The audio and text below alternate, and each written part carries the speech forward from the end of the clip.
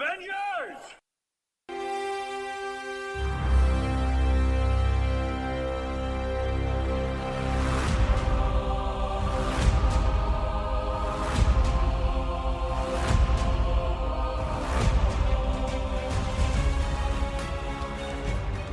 Welcome back, everyone, to another episode of Talking Smack, where we talk superheroes, movies, animation, comics, and much, much more. I am your host, Josh Scarn. Joining me this week is everyone's favorite furry dungeon master, is Alex. Alex, how you doing? I am doing fantastic. I perhaps had one of the best weekends of my life. On Friday evening, I watched the Loki season finale. On Saturday, I watched the Marvels. Then friends came over and we played the Thing, the board game, and Monster Slaughter. Yesterday, my wife was running the culmination of her 2-year campaign, and now I'm talking to you. I could not hope for much more out of life right now, Josh. How are you, sir? I can't complain. I'm doing quite well. Had a very similar weekend to you, other than we did some house chores. We're still in the process of swapping office spaces and stuff, so we're kind of cleaning up the mess we made so that we can organize as well. So it's a weird oxymoron. What's the Green Day song? Walking contradiction of life. But it's getting there. But again, had a good weekend. Ricky and I have been watching a lot of lessons in chemistry. We started watching all the light you cannot see on Netflix, which has been interesting. Mark Ruffalo is a fantastic actor, Yeah. but don't make him do an accent. He cannot do whatever accent he's trying to do in that show. I don't know if it's a British accent or a French accent. All I know is the show lends credence to my theory of, if the French are good guys in a show, they will have British accents. If they're bad guys, they will have French accents, and the Germans are Germans.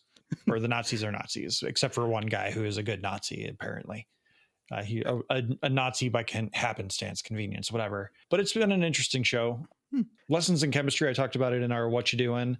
We're caught up, and I really dig the show. Like, each episode is actually told from like a different perspective, and I really enjoy that they're taking chances on it, because like the first two episodes play out kind of like a pretty typical love story, but then at the end of the second episode there's a huge twist, and then the very next episode is told from the perspective of the dog in the show. Okay, is it kind of like a sliding doors kind of thing, where the different perspective, the actors say different lines or emote differently as those scenes play along? Not in that sense. Like that Okay. That would be very interesting, and I wouldn't put it past a streamer like Apple TV, not a sponsor but could be, to do something like that. But overall, it's pretty standard. But like when you go into episode 4, we now get we get like a jumping timeline situation, and then in episode 5, the timeline kind of seems to just move into the future. But again, there's new perspectives and new things happening, and like the show does a really good job of keeping you engaged with it, while not just being a pretty straightforward, like, here's the love story part, here's the tragedy part, here's the part with the hook that we got you in on for the show. Oh, that's interesting. So now these perspectives, I take it they're other cast members, right? It's just kind of like what they are observing during their life around these events then? Kind of, yeah. Like okay. it's more just, you have your main perspective character, which is Brie Larson's character, Yeah. and then kind of the show happens around her, but she has other people she's engaging with, because part of the hook for her character is that, and this is a minor spoiler, like it's pretty obvious, I think I talked about it in What You Doing, she was sexually assaulted in college, and she has this like thing of like, you cannot be alone with me with the door closed. If the door is Right. shut and we are alone, that's not happening. Mhm.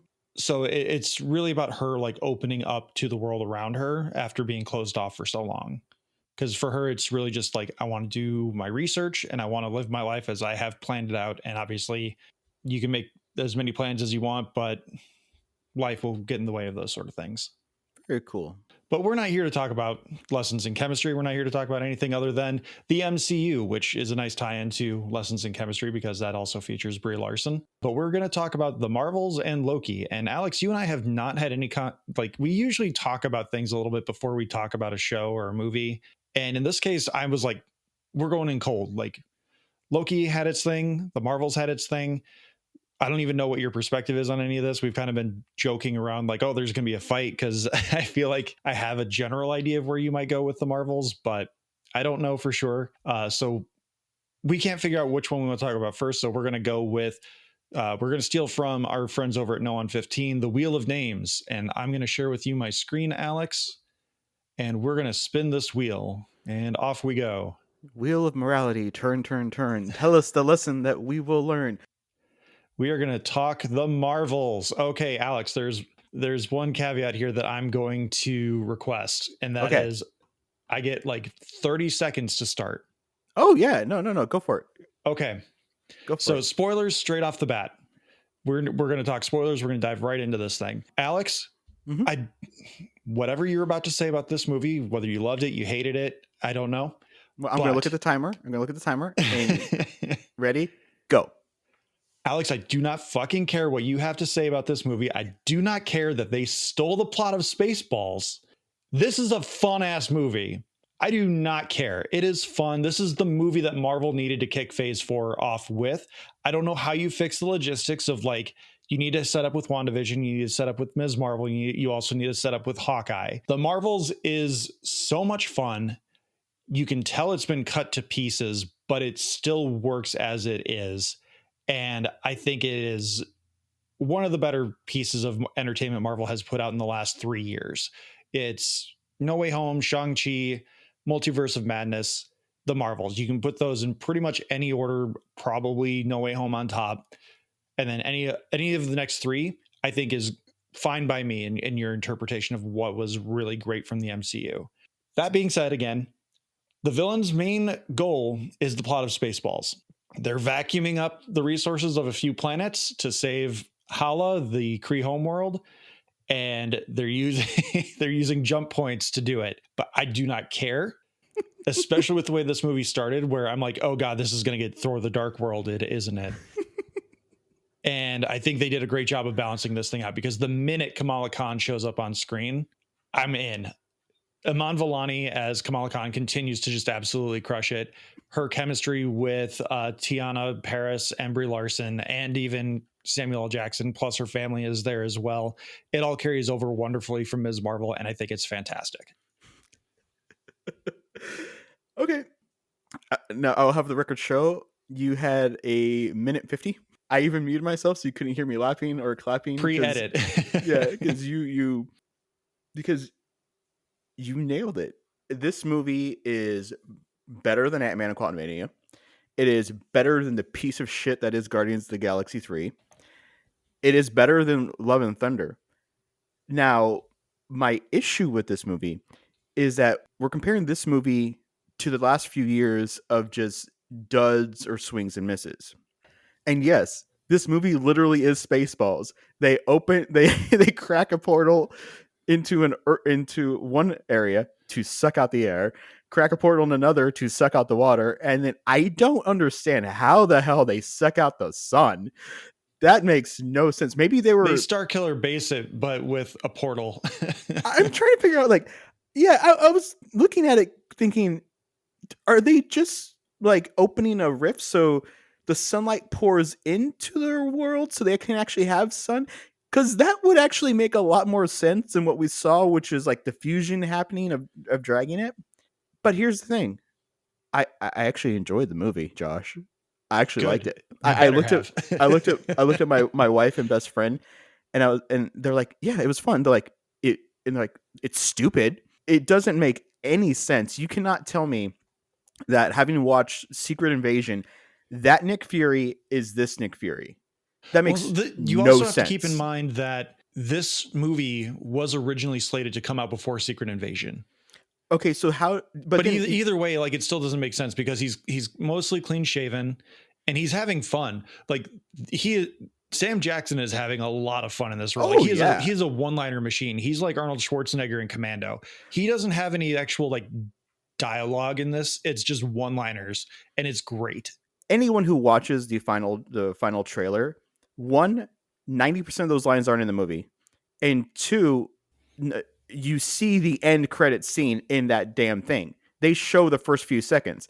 The only thing is you don't get Kelsey Grammer's lovely baritone, which immediately I heard Kelsey Grammer. I'm like, cool, X-Men are here. Awesome, fantastic. They're not recasting Beast. They CGI'd the shit out of him. because that was not a great CGI look. That was not. I think the No. design was really good, but yeah, it was not. It was 2017 Beauty and the Beast kind of beast. Yeah, and say what you want about Last Stand. He looks great as the Beast in Last Stand. Yeah, and that's all Yeah, practical makeup and yeah, everything too. So, yeah. but like, I think it's just because Kelsey Grammer is probably getting close to his 70s at Yeah, this he's like point. 65 or 66. Yeah, so Yeah, like you want the voice, you don't necessarily need the actor in the space to do it. I mean, right. maybe they brought him in a mocap suit, but I don't know. But I thought the design was good. Yes, the It design it was looked strong. the design was really good, but again, it's not the best CGI. Like it's not Avatar, it's not The Creator, it's not like immersive in that way. But a lot of the CGI in this movie wasn't. So like I think the CGI quality of the movie was consistent, though. Right. There wasn't a random moment where you're just like, "Oh, they didn't get enough time with that one." No, so I had fun, and the parts that don't work for me are go back to what I think is Marvel's issues since Endgame. One, they do not have a story structure plan in place when they start filming. Two, the CGI is kind of rough. And three, the basic story element of Captain Marvel for me doesn't work because of the decision to set Captain Marvel as a flashback to the 90s. Now, the reason why I'm going to say it doesn't work for me is every emotional beat with Captain Marvel with other people like Rambo or Fury is that she was gone for 30 years. She did not come back. This movie tries to explain that, but it doesn't do it well because Marvel's decided we're doing a flashback movie with her. And then no one said, so what has she been doing for 30 years? Offhand line. Well, the space is kind of big and I'd like to defend everything. Okay. Well, you didn't come back. Well, she came back during the blip when your mom passed away. So I was there when your mom passed away, but I wasn't there for you at all. Your development, your age of growing up in the military. That to me is a fundamental issue with Captain Marvel's storyline is that they want to have this gravitas and weight that she's been gone for 30 years and they had no way to write out what she was actually doing. They never cover exactly what she's doing, other than she's just like trying to protect the galaxy in her own way. But they also try to band-aid over it a little bit by saying that because of what she did to Hala, basically causing a civil war, and that caused them to deplete their resources, that she gained this nickname, the Annihilator. Carol doesn't feel like she's worthy of coming back to Maria and Monica after having gained this moniker and essentially destroying another world. So she feels like she needs to um, what's the word? Not Uh, confess her sins, but she needs to make up um, for yeah. the ripple effect that she started. I think it is a really nice moment between Monica and Carol where she's like, I didn't need Captain Marvel, I just wanted my aunt. And I thought that worked well enough for me because, like you, the memory loss thing does not work for me. I Mm-hmm. think that's a really dumb way of stripping away any kind of character that Carol has. And I think they still didn't do that really well with this movie, but they allowed Brie Larson to have fun in the role for a change. Yes. She's been really stoic in her two previous turns, other than like her really brief appearance at the end of Shang-Chi, where she's like, "Oh, I got another call, I gotta go," and they try to make a laugh out of it by Mark Ruffalo going, "She does that a lot." Right. But I think her character shines through more in this movie because like there's that moment which I do want to, before we move on to talking about Loki, there's three very obvious B plots that were cut from this movie, and I want to talk about them really quickly. There's the moment when which I love the moniker, the Fleur kittens hatch from their eggs. There's that moment where they just kind of like come back to the base as it's losing power, and they explain the plot or the idea of we're going to have all the Fleur kittens eat the crew, and then we can just hoard all of the Fleur kittens into one escape pod, because it's easier to get 25 Fleur kittens into an escape pod than 5,000 people into three. So Right. Brie Larson's like, okay, so this is the idea. And she's like, I'm on board. Here, kitty, kitty. And she like just runs away chasing the cats. Yeah. So, all right. We'll get back to story elements at the moment. But yeah, we have to talk about the Flurkins. I swear he said there were 350,000 people on that space station they float in. But that can't be right, right? It was 350 people, right? Not I think they 350. said, I think it was like 350 people. Yeah, I don't know exactly what's going on there. Okay, because I swear he I said don't. Maybe I thousand. I was just like, didn't hear that line. but yeah. So it turns out the Fleur kittens. Well, Goose apparently lays brains that are eggs Yeah, they're of eggs that look like brains. the Flurkins. Which the second that started happening, I heard my wife and best friend whisper to each other, and they went, "Yeah." And then the second it was revealed that they're kittens, they're like, "Called it." I'm like, "Okay, you guys know space anatomy way more than I do." But yeah, apparently they can ingest living beings. You just get ejected slimily, but there's like a pocket dimension where you can breathe. I don't know, but memory from cats being played while they're while you have the announcement going, please allow the Flurkins to absorb you. You will be fine. And yeah, Miss Marvel running, kind of like hurting them, and Captain Marvel Oh, doing that. Well, what was the line? Ramble's like, I have want nothing to do with any of Yeah, this. I that's the gif I used when I announced the episode. And she's just like, I can't. And she just walks away, and Carol's like, I got this. It was But no, what great. the line that Carol drops when she like before she's like, here, kitty, kitty, is she they do the Star Trek thing where Fury's explaining the plan in a very like elaborate way, and Carol's just like, so herding cats. And he's like, yeah.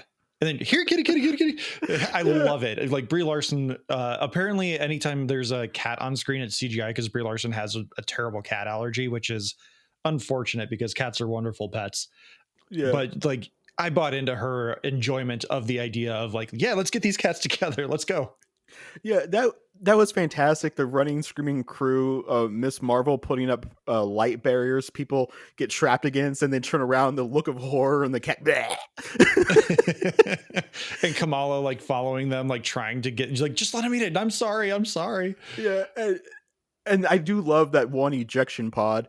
But they get one ejection pod full of cats, and then the rest of the humans, which apparently Fury and Kamala's family do not need to be absorbed, they get into the other one with a bunch more cats, and it's hysterical. I mean, yeah, and the CGI is terrible when the cats get ejected and they're just floating there. It's terrible CGI. The ship landing, and it goes past the Statue of Liberty, which was completely bronze. They did not Yeah, remember actually they color. changed it, or they were updating Oh, it in Hawkeye and No Way Home. oh, that's right. That still Yeah, doesn't because look right, it's now man. holding up a Captain America shield, if I remember, instead of a Yes. torch. Okay. All right. Because I saw that and I was like, "Are we in a different world now?" But yeah, you you damn dirty apes! You exactly. blew it No, up. the training sequence. So as you can That see was from fun. I love yeah, that. as you can see from the trailer, their powers are intertwined. The way they explain that is so stupid. Like there was like a portal in the sky, and Fury quipping just goes, "So you reached out and touched it?" She went, "Yeah." He's like, It- new rule: we do not touch that- glowing things. yeah, I mean, but we get the training sequence of how their powers integrate. Which, yes, the first fight scenes where their powers are intertwining and they're being ejected. Kamala's house gets wrecked. Captain Marvel's getting confused as to why she keeps being ejected somewhere. Kamala's like, "Why am I fighting things?" It's all it's all silly and fun. And then yes, we get what we need from a movie like this, which is you don't have your heroes randomly figure out how to resolve it. You need a training montage, and that training montage of them, Is a slumber party yeah, essentially. yeah, they figure out, oh, we keep momentum when we transfer. Oh, okay, that explains why I keep falling down or being thrown into something. They're doing jump rope. They're juggling. They're apparently. I really actually dug the tossing the piece of popcorn and switch the power. The other person eats it. Yeah, that was It a was great way to end it. yeah, it was fun. That is the thing. Is this movie is just enjoyable, which I really needed out of the MCU right now because Ant-Man is supposed to be this. Hmm. The first Ant-Man movie, the Thomas the tank engine fight. The second Ant-Man movie with the cars changing different sizes all the time. The third Ant-Man movie, they just screwed it up. Thor: Love and Thunder told the wrong story. Guardians of the Galaxy 3 was just miserably dark and It was gross misery feeling. porn. Yeah. And this was just joyous fun. I can't quite forgive the literally ripping off Spaceballs. That the villain, I don't even know her motivation. I mean, yes, the motivation is we want to rebuild the Kree Empire, blah blah blah blah blah. But She's oh President Scroob. yeah, I mean, okay, fine. I still, you can tell they removed, as you said, there's B plots. We'll get to them, but one of the plots at the end, which I was so annoyed by, is at the end of the movie, Kamala gets both the bracers. She has them on. Oh, all of eternity, this was given to me. And then, like, the next scene, they're landing back on Earth. She has one. I'm like, where's the other? And then you see Captain Marvel's wearing the other, but they didn't explain why Captain Marvel took it. They didn't explain where was the interaction of like her Kamala going, I can't have both. They're great. Mhm. I can't defend That's myself fair. I think fully. that's a fair criticism. Yeah, because I can see the way she is so amazing in that role. I mean, Amala Iman Vellani. Vellani is just amazing. Oh I my, am very tempted to reach out to her publicist to see if what it would take to get her on our show. she is fun, and I love her. She feels like a real teenager. She feels like she's having fun. You know, she could sell that moment of like, yeah, she got both of the powers. They just lost Rambo to Kelsey Grammer World, and where is that one little scene of her going like, you know, she has both of them, and she looks at Marvel and says like, you know, we're twinsies. I can you take the other because I still haven't learned all my powers. I can't defend myself where they come from me. And then Captain Marvel going, yeah, twinsies, and takes it. That would be so sweet. Yeah, That because would be a little it perfect would little tie up button. it would tie up what happens when we were Oh introduced to Kamala, where she's like yeah, laying out this fanfic comic of like how her first engagement with Captain Marvel would go. And then like the first time she actually has that engagement, she does a little hand thing like twinsies, it's so and cute. she just immediately regrets it, and it's just super cute and amazing. But going back to the quantum entanglement, I think that's a really great way of changing the narrative of like what do you do with Superman? What do you do with a character like Captain Marvel who should be able to just wipe out any opponent in a heartbeat? Hmm. So you create these chaotic moments where the entire team is engaged, but the minute they use their powers at the same time, they switch places. And you see that frustration hitting Carol in that first fight sequence. And the choreography of the final fight against Starben is great. I Yeah. keep saying it's great because this is something that I feel like there was more thought put into this than recent Marvel movies, Hmm. because they had to plot out what happens when these characters switch spaces and how they have coordinated their attacks with this, because it's one of the rare MCU fights where they had to think about the space of the fight, Right. because the minute they change places, you have to know where someone went and where the other person came from. And so you get these wide shots of them switching places, and like Kamala's going high, Monica's coming straight on, and Carol's like trying to flank. And then the minute they switch, you see where they're going and like what they're setting up with it. And it's all done without them really communicating with each other, because they've clearly spent the time to think about these things. Yeah. And it goes to show what action can look like in the MCU when they give consideration to those things, and not just like, well, we need to recreate this comic panel right now. We need to do this part. We need to do this. Wouldn't it be cool if we did this? Well, how does that work in the space? Who cares? Just do a tight shot and a quick cut, and it'll work out. For me, the action works because I what I'm believing is that they had the script of these are when they're together. We need these fight scenes done. They got them done. They had the time to actually place the cameras, do the previs, all that stuff to visuals. I did not notice weak effects in those moments because those are the ones they thought about. To me, the ones that had the weakest effects were the Flurkins were a little weird, the floating in the air. You can tell that basically anything that happens on Nick Fury's space station is probably an afterthought because you take away all that plot there and nothing really matters. I think they probably added that after Miss Marvel because her family dynamic is so amazing and those family Mhm. members together are so fantastic. And like you can nitpick the shit out of this movie, and I do understand why leading up to it the Metacritic score and all that stuff was really bad, and the audience reaction wasn't as great. But it was fun, and I don't need to have a world-changing catastrophe. We have to protect all the MCU. They were trying to sell that with like the trailer. The incursion's coming through. It's like there's no fucking incursion. You guys ripped a little bit of a hole in there, and you patched it up. Okay, take it. Just be enjoy it being joyful, you know? Yeah, which I mean, that technically is an incursion. It is just not something that happened naturally. It was forced. Yeah. We're gonna wrap this up here, but I do want to talk about these three clearly cut B plots that I feel like they were worked around through reshoots. There's pretty clearly supposed to be some kind of mystery built around the goose eggs. Yeah. Fury and everyone, like there are little moments where they come back and Fury's like, "What the fuck is this? Is there an invasion happening? Someone planting bombs? What's going on?"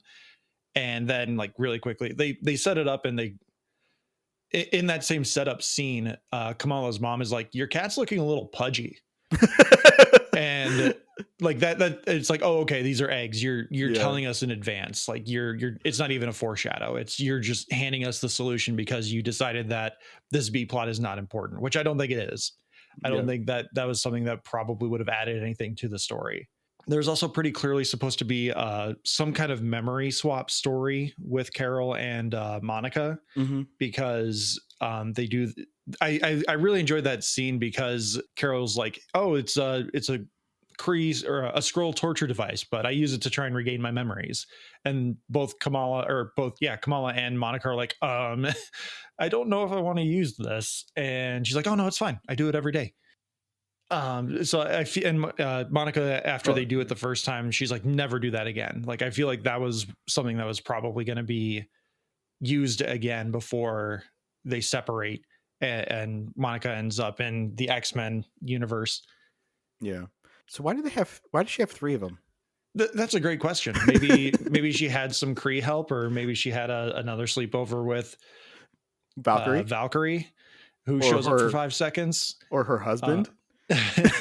There you go. Maybe it's a marriage of convenience, political reasons. Which the musical, we didn't even touch on the musical sequence, which that was another thing that was probably cut out. They probably spent a little bit more time on that, but I'm fine with what we got out of it. I do like the joke where is it Sung Park or Park Sung Soo, or I apologize for not remembering his name. Isn't he a BTS guy? Actually, it turns out he's not. He's just a well-known Korean actor. Because we all thought he was like, oh yeah, it's one of the BTS people, right? And nope. Well, I guess that's racist of us. So apologies.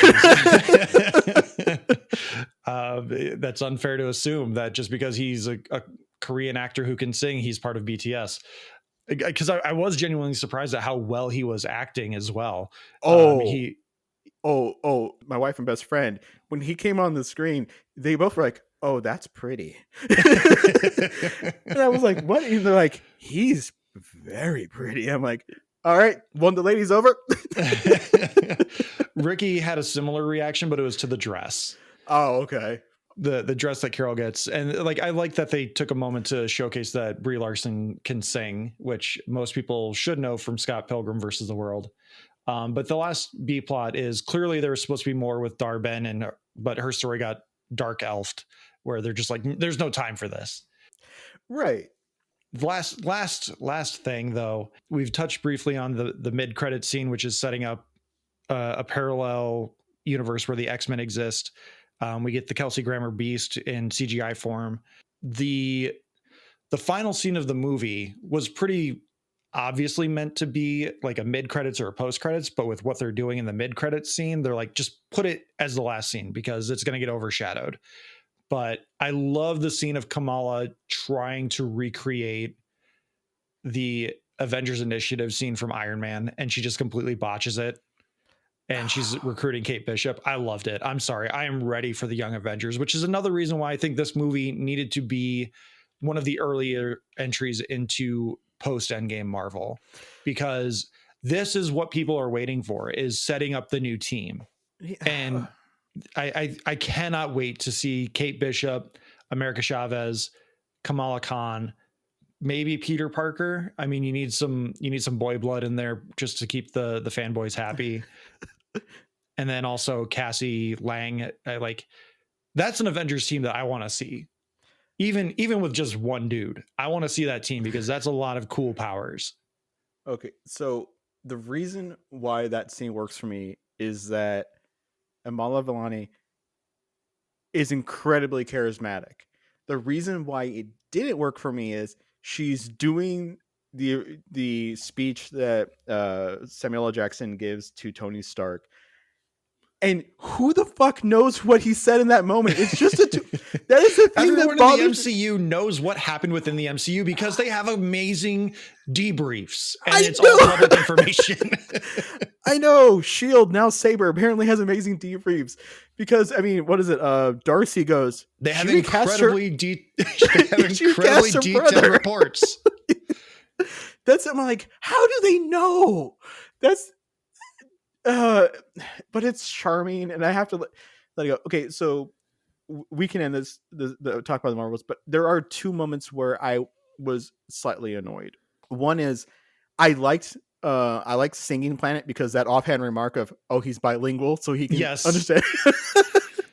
And all But- it is he's just speaking. He's Yes. not because their language is singing, and so he just Carol's like, we don't have time to sing. He's like, oh, okay. And they're like, wait, what? And he's bilingual. That was great. I wanted a little bit more because you can tell they junked a bunch of it. I wanted just a little bit more from that because I wanted to see Rambo and Miss Marvel have to interact with somebody and like sing for like a ordering tea or something. That would have been a great MCU style joke. Like you could have added 3 minutes to the movie for that. Yes, and this movie was super short. It was like what 135, and then I think it's like 145 credits. with credits. Yeah. Yeah.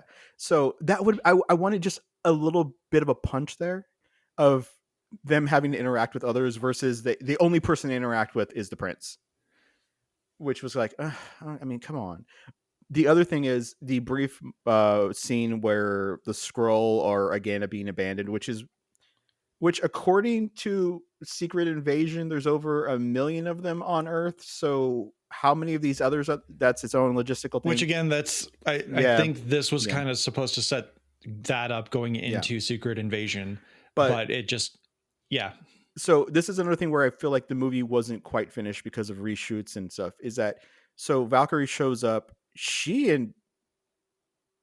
My headcanon is Captain Marvel's married and has a prince that she occasionally sings to bed with because she is married. And he even starts off with, "How long are you with me this time?" or some crap like that. You know, he's obviously in love with her and she leans into it.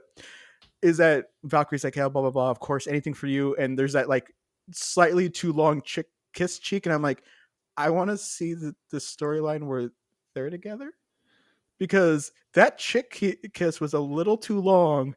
And the way they talked was a little bit too familiar because as far as I'm aware, they have not interacted anywhere in the MCU canon, as far as I'm concerned. Well, I mean, there's a window where they would have interacted in between Infinity War and Endgame. Well, yeah. So I'm just saying they pack some stuff in there, and ending it with a kiss is kind of like, okay, go on. I'm into this. Let's go. Yes, but so what happens is you see all these ships taken off. She gets some of them onto her ship, and Valkyrie shows up using the Bifrost, and then she Bifrost the Skrull on that ship away. I needed one additional shot. That shot should have been, there's Captain Marvel's ship, there's the other fleeing Skrull ships. If everybody is going, because the Emperor is being allowed clemency and we're all going to New Asgard, there should have been a shot where, yes, the Bifrost takes off the group from Captain Marvel's ship, and then you see the Bifrost reactivate on the other ships. Yeah. We needed that establishing that shot there that tells us that the only survivors are not the one people in this ship, which is something the MCU's had a problem with, of like, apparently you can evacuate from Ragnarok, all of Asgard in one ship. And that is because Asgard apparently is like 320 people and they have a king and an entire dynasty. And of course the merry men, Thor and his followers. So it's the little details. Sif and the Warriors 3, pay them respect. Sorry, they're all dead besides Sif, who now is also an amputee. And also maybe dead because she was really trying to die because she was trying to get to Valhalla until Thor told her the battle's over, and she's like, "Damn it, I guess I'll live." But yeah, so it's those little moments that need to be established to make this a fantastic freaking movie. Instead, it's just really fun, and I loved it.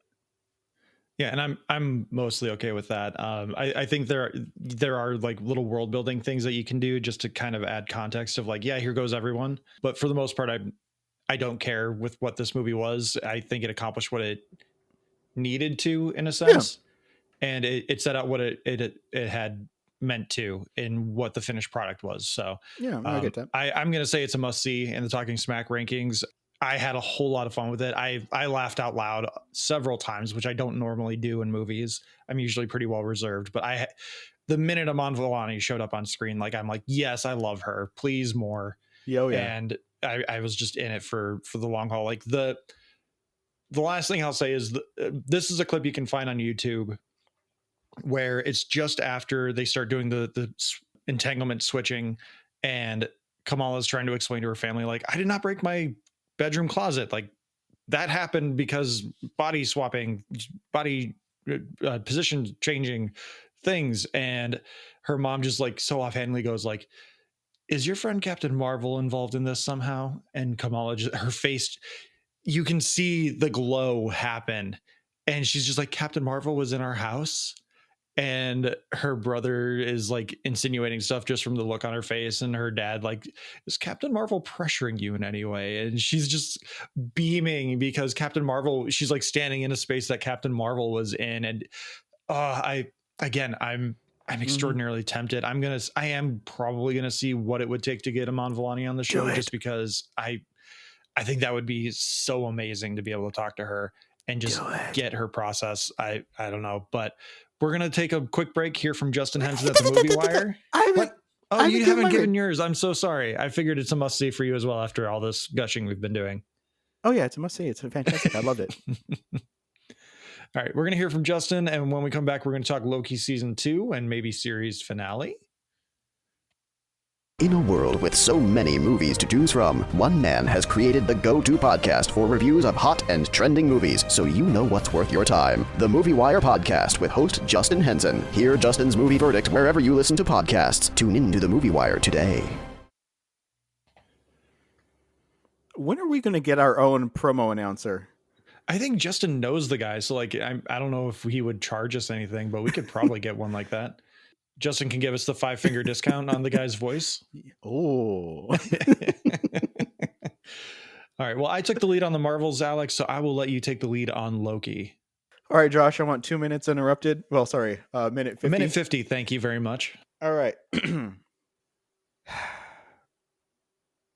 I'm just going to take a moment to compose myself. Loki's Yggdrasil. That's what we're going for. I'm going to have to somehow figure out how to keep my wife from marrying Tom Hiddleston. Now, listen, so what the advice I need from the listeners and from you, Josh, is do you know like any kind of binding contract where she cannot get out of being married to me? Because I'm pretty sure if he's within 50 feet or 500 miles, I'm done. I'm lost. She's abandoned me. Now, the problem with this also is I have the same feeling about him that she does, but polygamy is not legal in the U.S. Maybe we talk to Antonio, see what Utah has to say about it with the Mormons. I don't know what to say other than I loved it. It told a complete story across 12 episodes. You can I know there's nitpicks, like Sylvie's storyline got a little short shifted. There, oh my gosh, Victor Timely, I hated him so much because that was a choice with that character. But honestly, anything I have to complain about, criticize, is redeemed in the last episode, because the last episode we got Loki learning, understanding, building himself. We got, yes, they did slightly Back to the Future, all you need is kill Edge of Tomorrow, Groundhog Day, some shit, but they did it in a purposeful, intentional way, and they showed that he was learning his experiences and becoming smarter than He Who Remains. Like that moment where he like says to he who remains, like, why don't you ever defend yourself? And He Who Remains like, oh, okay, so you've done this before. And then Loki, after like 2 or 3 minutes, got the knowledge he wanted out of him, says, what makes you think this is the first time we've had this conversation? And that final shot where I know you hate Spider-Man, Tobey Maguire's Spider-Man 3, but I love the ending of Spider-Man 3 where you don't know if he and Mary Jane get back together. You just see them together. They start to slow dance. You see the confusion on their faces of they've done to each other, what's happened to them these last 3 movies, and it ends on either you can take it as hopeful or pessimistic. But that last shot of Loki listening to the timelines, and you see this micro expressions across his face, and you don't know if he's sad, content, elated, but he is holding together the entire timeline of every world in the MCU, giving them a chance to fight, is so fucking beautiful. I loved this damn series. I I liked the ending. Everything you said, I think, is spot on for the ending. I did have a little bit of a hard time staying engaged with the first episode I was in on, because I until they revealed that, oh, Loki's just in the past, and then they used that to build a mystery around that. I liked the idea that Loki had traveled into a different timeline, not just like a different period of time within the timeline he was already on. But I did forget that there's supposed to be an inability of anyone in the TVA to time travel. So like I completely missed that whole point, that was supposed to be something big. And I apologize if you hear my dog barking in the background. We're recording at an unusual time for us, so she's having fun outside, probably chasing a squirrel or a rabbit.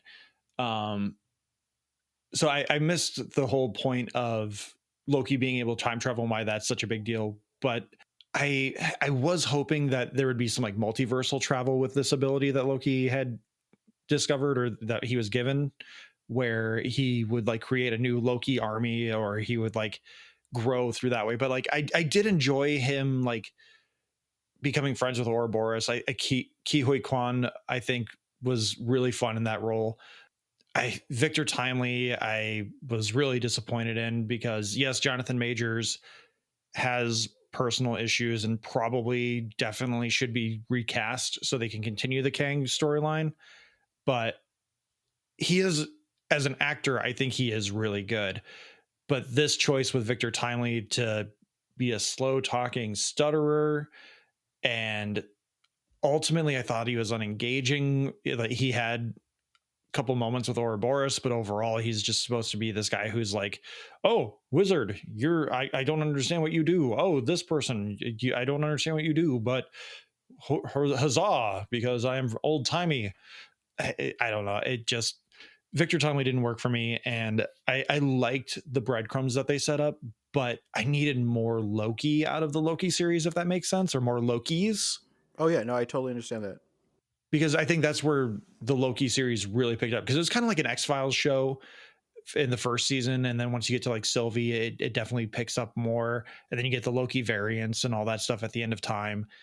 But this season was much more straightforward, and it was just, we got to get Loki to this point where he has become the new Loom. He's Yggdrasil, whatever you want to use the symbolism for. But we lost something in the chemistry between him and Sylvie. Like, they just Oh, completely disregarded everything with Sylvie. It was yep. just like, Loki's here to protect you. You're against whatever he's doing. And that's the conflict, and like minimal resolution to that. Yeah, no, I completely understand that. Like, Hiddleston still has fantastic chemistry with Owen Wilson. Their scenes together just spark. He has great chemistry with Ouroboros and Sylvie. I legitimately scream cheered when he and Sylvie kissed in the first one, because I'm like, yay! I don't care if it's Loki cest. I want this, and and I do think it makes sense that she got what she wanted. You decided to prune my thing, and she apparently wants to live with it with a really bad wig and 1980s McDonald's. And she did have a great pie speech at Mobius when she was just like, really, timelines are falling apart, things are dying, and you just want to sit down and eat pie. And I love that. The speech where she and Loki were in the pie room, and they didn't ever keep them put them in the same frame until the last shot, was really powerful, as They're just talking against, like, what are they gods? If they're gods, then what do they do? Who is the right to decide what timelines live, what timelines die? What is free will? I like those. But yes, she was not as utilized as she should, and she's a fantastic actress. And I hope that moving forward, like, she just shows up and says, like, yeah, I'm Loki, and everyone just goes, makes sense. Because she is a Loki, and I don't know what the plan is to do with the TVA. That apparently they're maybe hunting down Kangs, who knows? But I am willing to forgive some poor moments as long as you give me an ending and a cinematic feel that really works. I told Justin when we did our Five Nights at Freddy review, it's not a good movie, but there is a fantastic moment. Let's spoiler alerts for that talk, where you see the Golden Bonnie, which is the bad guy Matthew Lillard, show up, and you can tell that they actually were like, "This is the shot we want, and this is the movement that's great." So seeing Loki, Tom Hiddleston's Loki, actually figure things out and ascend by the grabbing each dying branch of the timeline and it's sparking green, and his clothing shredding away, his cape becoming part of the loom, and his ascension upwards, where yes, he is now burdened with glorious purpose, because what is a Loki's job to do? But as Sylvie said, Lokis are meant to fail. And so he cannot stop Kang. He cannot kill her. He has to give himself to a life of solitude and loneliness, and his throne is holding time together so that his friends, because he doesn't want to be lonely, he needs friends and family around him, and so he takes that throne to be burdened, to not be with anyone, but to give them a chance to fight. That Mhm. and it worked, and I everything you will say, Josh, I will agree with. Yeah, and like really what threw me through a loop with this one is that there was that whole Variety article that came out where some insider was like, I don't know what they do with Jonathan Majors because I've seen the Loki finale. And I'm like, what the fuck does that mean? And after seeing it, I still don't know, other than the fact that they're like allowing the Kang storyline to continue. Like, I don't know what that guy was getting at, or that insider was getting at with that point. Because, yeah, okay, yeah, Jonathan Majors allegedly seems to abuse women through the texts that we have seen. And that's horrible. And he should not have a job if that is the case, which it surely seems to be. Recast him. Yeah. It's fine. You are not locked into anything with this guy, especially if he has this legal issue. You can get out of that contract and you can just recast. Yeah, I mean, It's not a big deal. we've had thus far two different Hulks, two different Roddies, and I mean, look at Loki. We saw the variants. There's Child Loki. There's Crocodile Loki. Sylvie is a Loki. Old man Loki, which I love that guy. You can say he's all the other kings are variants. I mean, if they're for some reason think they're beholden to the last shot of the King of Councils from Ant-Man Quantumania, okay, a different variant showed up. We know there was a Tour de France Loki. We saw don't all even this. acknowledge it. Like, don't even acknowledge it. You can just go on with your life and be like, okay, yeah, there was a legal issue. There was some kind of issue where we decided to move on in the casting process and add a new make someone a new Kang. What the fuck ever. It's fine. Like, yes, these things exist with Jonathan Majors in them. You filmed them prior to his legal troubles, prior to him being outed as an abuser, alleged abuser. Okay, fine. That doesn't, just because you are making a profit off of something that happened before you found out this guy is allegedly a monster, doesn't mean that you are stuck with him. And I think that's getting back to the point of the Variety article. Who the hell cares what this Loki series finale establishes? Because Hollywood is about acting. Find a good actor. In this case, they would have to be a black actor, because I mean, I think that's still important, is having that representation, and just roll with it. Like, who cares if they recast in the middle of this process? It's not like they've already been filming Secret Wars. It's not like they've already been filming Kang Dynasty and whatever else he's been set up in. Yeah. Unless he's like secretly in every movie going forward, like the elves and the Santa Claus, and they're just happen to be in like every scene. So my thing, I do have a side note question for you. Miss Minutes, portrayed by the lovely Tara Strong. She's scary and hot, right? I mean, that like trying to seduce Victor Timely, that was kind of like creepy hot, right? I think you're. I'm going to give you the benefit of the doubt because we know who is behind the voice, and that's where my mind went. Is like, if Tara Strong came up to me and said those words, like, hell yes, I'm sorry, Ricky. And I don't think Ricky would hold it against me. But seriously, having an AI clock be like, we're supposed to be together, why don't you build me a body? It's like, there's some problems here, man. Like, you may need to Can dial the body back. look like Tara Strong? And then she kills all these people in that jail cell.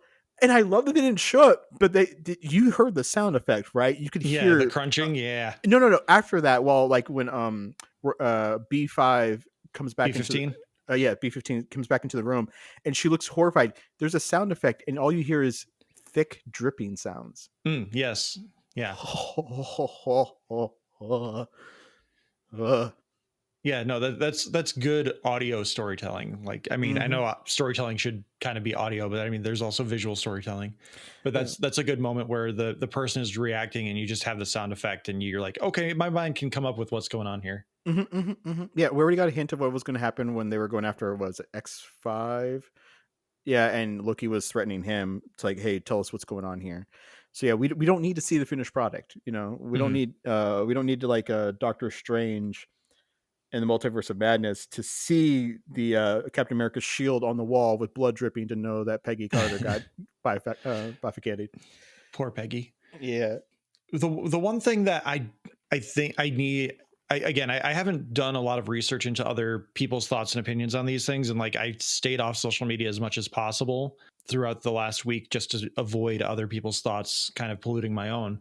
But Renslayer, I feel like it was implied that she was dropped in on that giant Kang meeting at the end of Quantumania. Because all we see is like the pyramid in the background. We see that she's standing where the TVA used to be in whatever universe she's in now. And there's purple lightning flashing. I assume that like a Kang has found her, or she's like seeing the gathering of the Kangs after Quantumania at that point. See, I thought that was the end of time area where everything pruned goes to, because they pruned her, and that's the smoke monster that chases you down and eats you.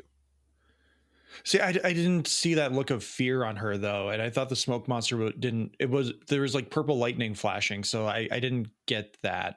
So maybe that's something that I'll have to dig around the Reddit boards and whatever. But that's my interpretation of what happened, because we see the pyramid behind her, right? We see the TVA, because the idea now for me is that there it kind of is no end of time, because Loki is allowing all these timelines to live. So like it makes sense that there would be like some kind of nexus point where all the Kangs would gather so they can go back to the respective timelines. Yeah. And pruning, instead of dumping you at the end of time, now dumps you to this other area. Yeah, I can see that. Yeah, so that makes sense. That's just my interpretation of that. But like and this is kind of why when we were texting about the scheduling, like there's a lot that happens in this show, but it's all building towards one thing. It's not like each episode, I don't know how other people have done it where they're like, oh, this episode was so good because this and this. I felt like it was the MCU TV series thing where it's an episodic movie, miniseries, limited series, whatever you'd want to call it. Right. Where it's one narrative building towards the end, and the end is the thing that matters. Because like we have the Miss Minutes plan where she's setting up the contingency plan that He Who Remains had set up, where they have to have Victor Timely do all these things, and like all these other things build up towards what appears to have been Loki figuring out his time travel ability and coming back to the moment where he and Sylvie kill him and he's trying to stop that. It feels like those are the breadcrumbs building up to that moment. And there's supposed to be something that happens there. Maybe I missed it. Maybe it's been too long since I watched it and I forgot what's happening. But the series as a whole, at least this season, just it doesn't feel like it's one of those things where it's like, oh, remember in episode 5 when she dropped the book through the window to a young Victor Timely and then they jumped 20 years and Chicago is like a mecca. Like it wasn't that interesting to me. No, I get that. I can completely agree with that. Like I was actively bored in some moments. Like I thought, just watching, like, do we need to see the scene of him rowing across the waters back to his other place after he dumps Renslayer? No. How many times can we just randomly go and hang out in the pie shop? But they seem to have the need to pad to 6 episodes in moments. But to me, the last 2 episodes just work. The whole Alcatraz thing, the ending of, was it episode 3 or 4, where you start seeing the spaghettification effect, which, dear God, I'm not sure what's worse, dusting or the spaghettification. So if you just get removed from existence, you get dusted, and then if the timeline ruptures, you get spaghettied. Yeah. So I do think that they should have gone back and done another polish on like 1 through 3. Someone on set should have been like, this Victor Timely thing isn't working, dude. You got to do something else. And someone else should have said, like, hey, listen, we spent the entire first season giving Sylvie some amazing agency. Her agency this time seems to be, I'm just going to hang around to stab stuff. I want to wait for my next shift at McDonald's. Thank you very much. Exactly. I have a truck. I get free food. I hang out and look at the sky. I hang out in a record store and I listen to music. Leave me alone. Yeah. The only other thing in the finale that I really would have liked is the moment where Loki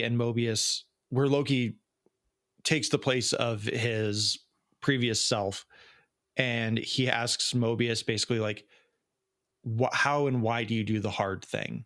And Mobius has a really good speech about, like, it's not about doing right and wrong. It's about doing the job. It's about doing what is needed to be done. And in that conversation building up to that speech, I really would have liked there to be a moment where Mobius just maybe does a head tilt where he's like, this isn't the same guy. Yeah. Something's happening here. Like it really just seems like, in the way it's cut in the final product, it feels like Mobius is just rolling with these questions that Loki is asking. And he's just like, it's who I am. It's in my DNA. This is what I do. And this is why I do it.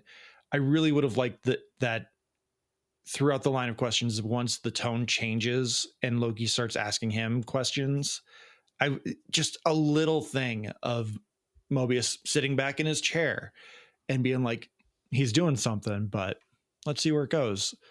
Yeah. Just a little something.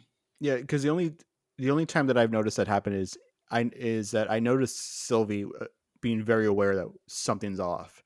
Like, she seems to have that Loki ability and power of like, wait a second. Yeah, she has the intuition to be like, there's some time travel nonsense happening here. Yeah, like in Endgame when Hulk is coming down the stairs and that whole thing happens where he can get the Tesseract, and Tony's acting up with this heart thing. Loki is very aware something's very off before everyone else. He's like, wait, like I've always gotten the feeling that in that moment he's like, this isn't what is supposed to be happening. And that's why he starts looking for something and grabs Tesseract and gets the heck out.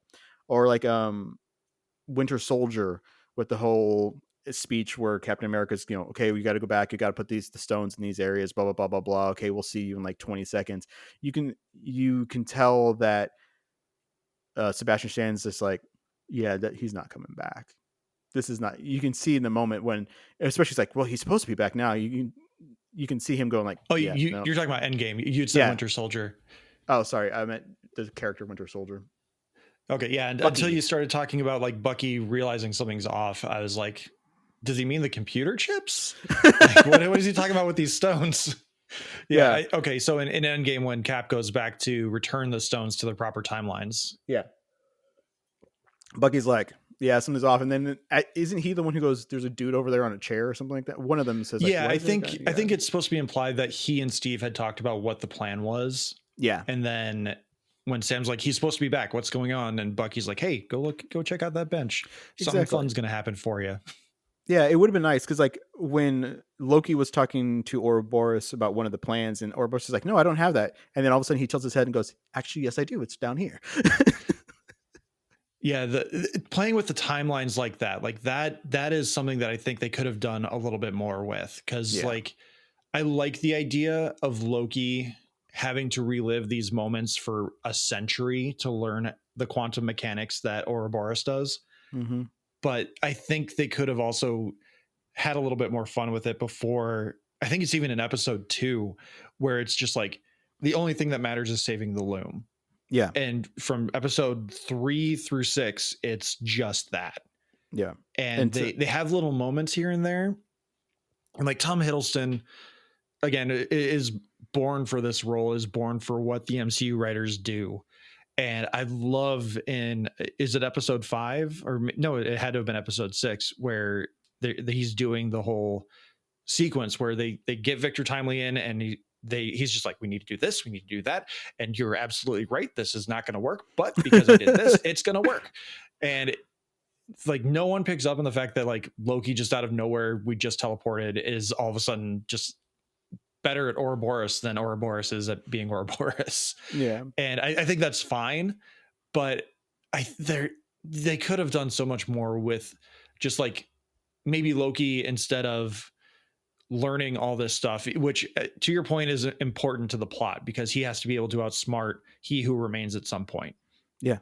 But they could have done little things here and there to like, maybe Loki just goes and leaves something in Ouroboros's pocket, or he like goes back, has a conversation with Ouroboros, comes back to the quote unquote present, and Ouroboros is like, actually, and like just creating little light bulb moments. Like, I think that could have been fun, but you could also still use those to build towards Loki realizing he needs to do something different, which is understanding he who remains plan.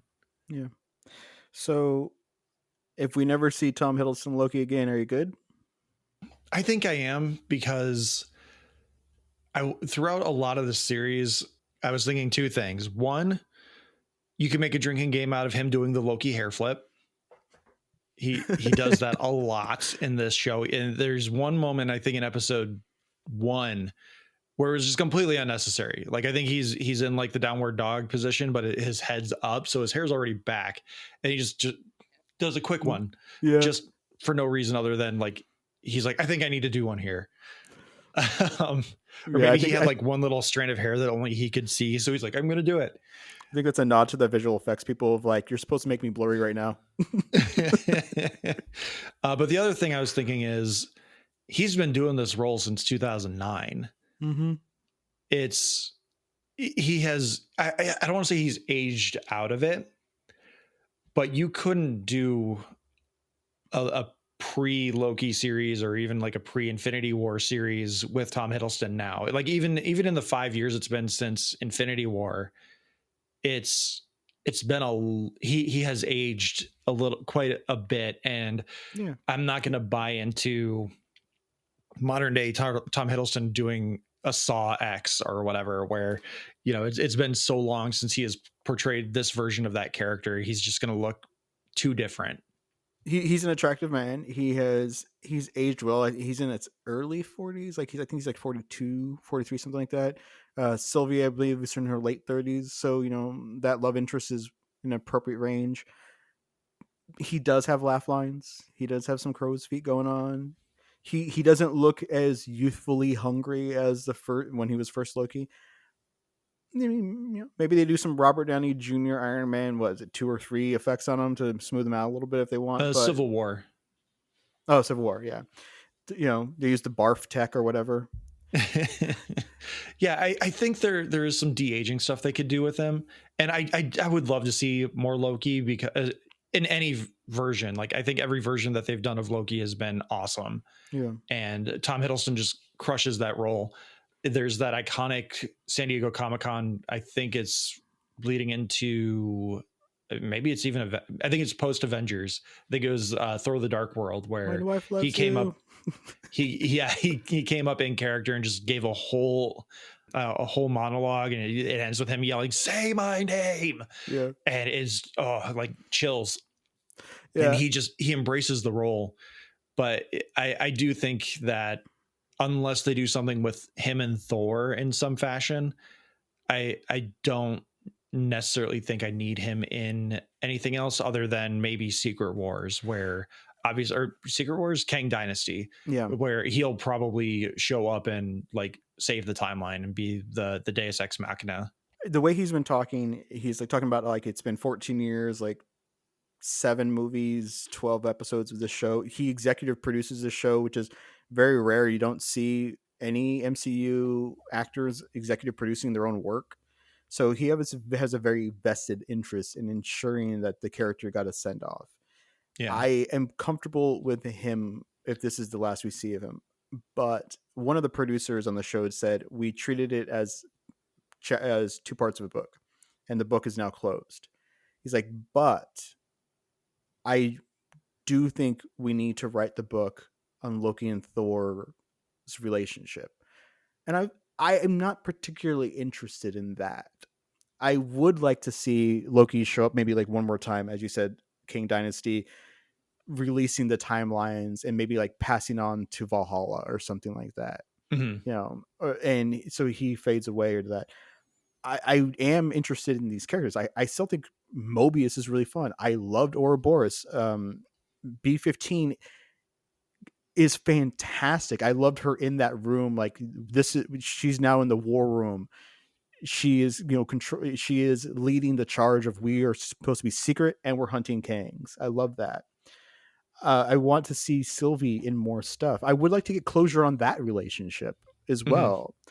So I'm comfortable with like maybe one more appearance, but I don't need another Loki movie. I don't need season 3 necessarily. I think that closure should be in the MCU to wrap out. Was it phase 7, 55, I whatever think it'd phase be we're in? phase 6 or phase 7, because Yeah. they closed phase 4 early, because phase 4 is technically still supposed to be going on as far as I remember. Yeah. And so, yeah. And have Sylvie be Loki going forward then, she has rightfully earned her spot as a Loki. And if if they want to put her, heck, put her with the Young Avengers. You need an older, mature person in there to guide them. Have it be Loki. No, that's Kate Bishop. She said she's 22, so she is clearly the more mature of the Young Avengers. But we've seen Hawkeye. She can't run something very well, even though she's apparently a track and field champion. Well, physically running and being a team manager are very different things. Exactly, and Loki has done great at McDonald's. She isn't known she can run that. She knows how to work that 1980s cash register really well now. And her break is in 5 minutes, because no matter what movie it is, what movie or TV show, if you have a break, it's always in 5 minutes. All right, well, let's wrap it up here. Loki season 2, I do think it's a must see, especially if you're invested in the MCU. Alex, how about you? Hell yeah, I love Sylvie. I love this entire group. And hey, the last episode, you get to see Victor Timely die like 45 times. There is some vindication there. The last thing I'll say before we really get going on here, if according to Dan, the timeline works out, this last Sunday's episode of Casting Views will have been an episode where I was on, where we talked about sports moments that live rent free in our heads. Where I joined Dan, and we were also joined by Adam from Decaying with the Boys. So definitely check that out. I'll probably put the link in the episode description once the episode is available. and you can check it out. Give Casting Views all your love and give them your support, as well as the Movie Wire and everyone else that we share promos with. Alex, thanks so much for having spent the time to do this random midday episode. And most importantly, thank you everyone for listening whenever you listen to it. Hopefully we didn't spoil too much for you, or if you're here and you're at the end of the episode listening to everything and you have been spoiled, hopefully you decide you're going to go check something out, because I think the Marvels deserves to be seen. I think the box office is not indicative of what that product is. No. But don't forget to join our Discord, join in on the conversations that we're having. You can follow us on all our social medias at Talking Smack Pod. We're on Blue Sky, Instagram, Threads, Hive, Post News, Facebook, YouTube, TikTok, and Lonnie's website. You can email us your thoughts, opinions, concerns at tsmackpod@gmail.com. Thank you to Leo Allen for this wonderful musical theme that you're hearing right now. Alex, who did the remix? Oh, that's Natalie Holt, fresh off of Loki season 1 and 2, and she's also good at remixing because she did Obi-Wan, and she remixed John Williams' themes there. All right. Well, thank you to Beppo for our original avatars, Retro Studios for our Ricky avatar. Please like, subscribe, rate, review on your podcatcher of choice. But most importantly, thank you again so much for listening. Take care, and we will see you next week. Bye.